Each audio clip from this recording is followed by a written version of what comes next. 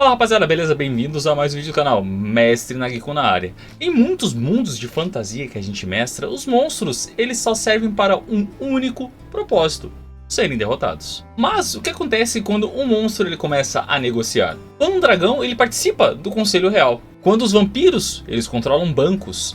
Quando os orcs eles enviam embaixadores para aquele reino. Monstros inteligentes eles não quebram apenas o combate, eles quebram expectativa. E quando a expectativa se quebra, o mundo precisa se reorganizar. No vídeo de hoje eu vou dar algumas ideias do que acontece quando aquela ameaça, quando aqueles seres que deveriam ser uma ameaça, eles se tornam então um agente mais político, vamos chamar assim. Então já deixa o like e vem comigo para mais um vídeo. O primeiro tópico é a quebra da narrativa simples. Em mundos tradicionais, os monstros ocupam o papel de outro violento. São perigos externos que justificam aos seus heróis eles andarem armados. Mas e quando esses monstros, ou esse monstro específico, ele apresenta uma inteligência social, estratégia e até certa diplomacia? Assim ele deixa de ser apenas uma criatura e passa a ser aquele ator político. Vocês vão me atacar? Não, pera aí, eu sou apenas um embaixador aqui. E é dessa maneira que você começa a gerar desconforto para os seus jogadores, o que é extremamente importante. Por exemplo, aqui com o clã Orc, ele envia emissários a uma cidade humana oferecendo tratados comerciais. Eles querem acesso à metalurgia, oferecendo então proteção contra os gigantes que moram numa montanha próxima. Quando esses emissários então eles chegam à entrada da cidade, aquele portãozão gigante magnífico, o guarda hesita por um breve momento e se pergunta: e se isso for uma infiltração? A população então, sabendo desse tratado, desse possível tratado, acaba se dividindo. Parte começa a ver isso como uma grande oportunidade para eles. Outra parte vê como tradição cultural. Pô, nós sempre odiamos os orcs e agora a gente vai formar uma aliança com eles? Simples ato de negociar, ou mesmo cogitar negociar, altera a identidade do conflito entre humanos e orcs. Em Distrito 9, criaturas inicialmente tratadas como uma ameaça alienígena passam a existir como minoria marginalizada. A tensão ela não é mais bélica, ela é social, política. Quando o monstro fala, o mundo precisa aprender a escutar, ou justificar o porquê deles não escutarem. A partir daqui então vou dar ideias para você implementar, não precisa seguir necessariamente essa mesma sistemática.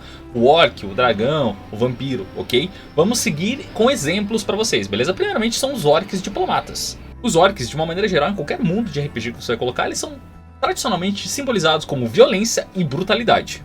Mas aqueles orcs que são mais diplomatas, eles quebram realmente essa sistemática. Eles não deixam de ser fortes, eles deixam de ser simples, eles param de pensar com aquela brutalidade, vamos pegar todo mundo e transformar em escravos, mas sim agora pensando, putz, e se a gente negociasse com aquele reino, será que a gente não teria mais lucro do que simplesmente atacar outras pessoas e ter assim o ódio deles?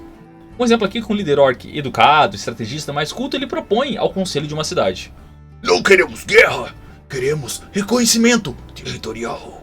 Agora o grupo, ou mesmo esses conselheiros, eles enfrentam alguns dilemas. Defender o reino humano dessa possível ameaça orc, ou mesmo desse conceito orc diplomático? Apoiar essa autodeterminação desses orcs? Agir como mediadores? O conflito ele deixa de ser físico e se torna mais ideológico. Em Pantera Negra, o conflito central não é entre o herói e a tradição cultural, mas entre visões políticas sobre poder, isolamento e reconhecimento global.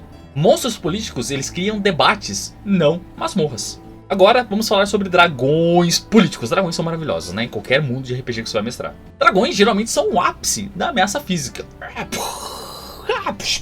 Mordida, come, enfim. Mas um dragão inteligente ele não precisa atacar cidades para dominá-las. Ele pode investir nelas. Tome dinheirinho aí. Um exemplo aqui com o dragão ancestral, ele financia a infraestrutura de uma cidade portuária. Assim ele começa a controlar rotas comerciais, dívidas da nobreza. Imagina um nobre que deve para um dragão. Que do caralho que seria. E mesmo informações mais estratégicas que ele possa vir a obter. Tecnicamente, ele nunca atacou ninguém da cidade. Vemos que vemos. Você viu o dragão atacando? Não, o dragão tá colocando dinheiro na cidade. As pessoas nem sabem disso. Mas todas as cidades sabem que se ele retirar esse apoio financeiro, a cidade então ela colapsa. O grupo aqui, ele precisa decidir: os dragões são realmente aliados que a gente possa usar?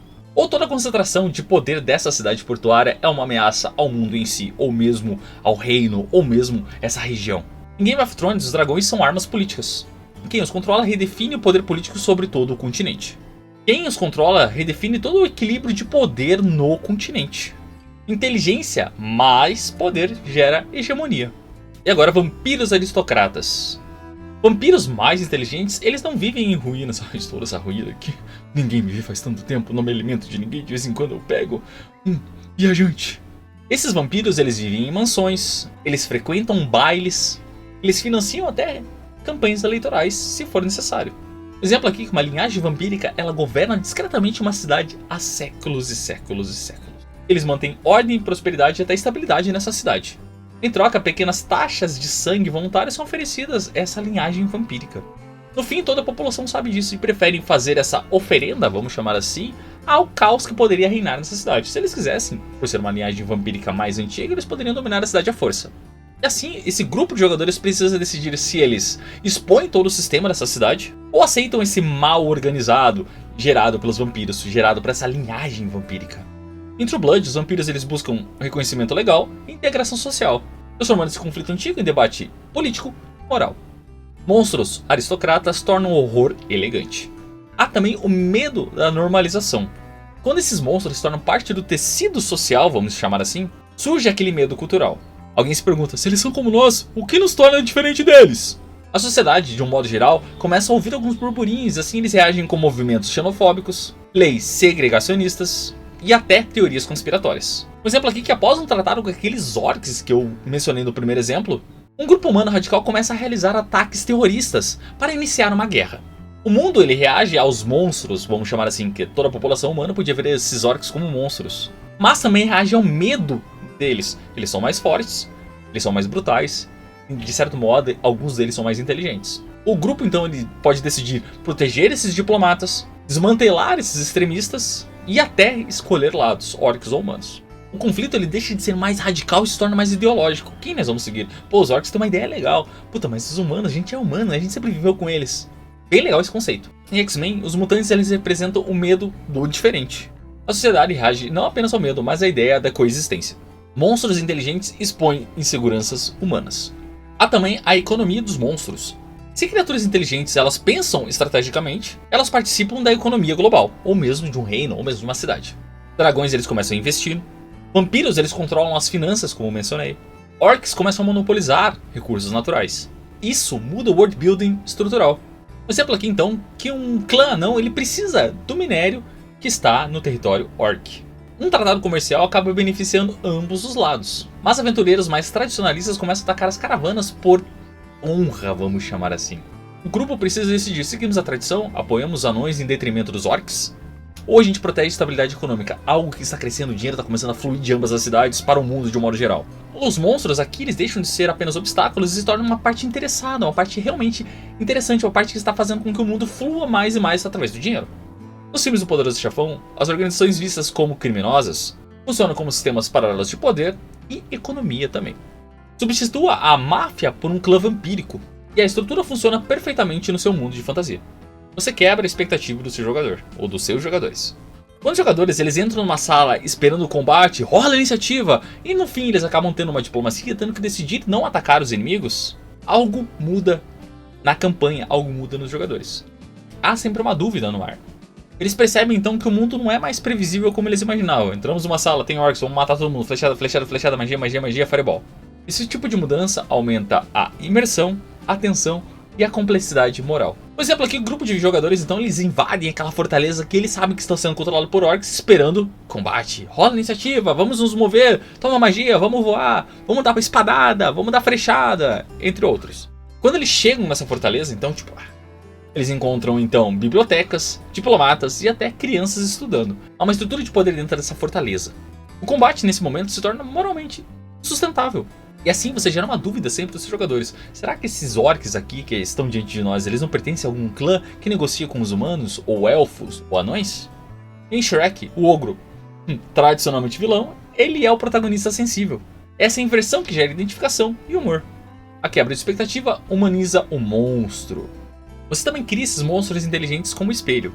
O ponto mais profundo de tudo isso é que esses monstros inteligentes eles refletem as falhas da própria sociedade de um modo geral. Essa sociedade humana, élfica, anã, gnoma, halfling, seja o que for que você está colocando.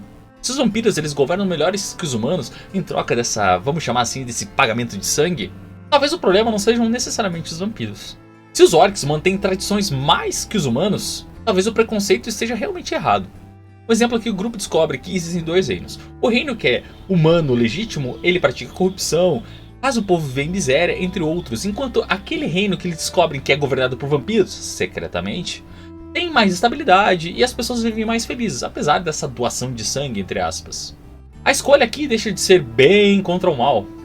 Vira qual sistema gera menos sofrimento para o povo de um modo geral. Em Maleficent, a vilã clássica ela é reinterpretada, revelando que a narrativa original escondia camadas de poder e também de traição. O monstro muitas vezes é produto do olhar humano. Monstros inteligentes fazem o que a espada não faz, que é obrigar o mundo a pensar. Orcs diplomatas criam tratados. Dragões políticos criam hegemonia. Vampiros políticos criam camadas de poder paralelo. Quando o inimigo pensa, o conflito deixa de ser físico. Ele se torna estrutural. E talvez a pergunta mais poderosa que você possa colocar na sua campanha seja a seguinte: se eles não são monstros, quem é? Porque quando a expectativa ela é quebrada, o mundo ele muda, ele precisa evoluir. E assim a sua campanha também começa a evoluir e começa a se tornar maior e maior e maior. Como eu falei, isso aqui são apenas ideias para você implementar na sua campanha de RPG. Não é algo que você fala, não, tá certo, é assim que tem que ser. Não, calma. Veja o que você pode estruturar, o que você pode usar desse vídeo e colocar na sua campanha. Fica muito legal, muito da hora, muito joinha, vamos chamar assim. E agora eu quero saber de vocês, como é o tratamento das raças, vamos chamar assim, mais civilizadas, ok? Com relação a esses monstros mais inteligentes. Vocês encontram um vampiro mais inteligente, vocês encontram orcs diplomatas. Como o mundo reage a essas criaturas? Como o grupo reage a essas criaturas? Nos comentários. Claro, se inscreve no canal, deixa o like, ativa as notificações aí, dá uma olhada no comentário fixado. Nos vemos no próximo vídeo, que o Cristo esteja com vocês. Até mais!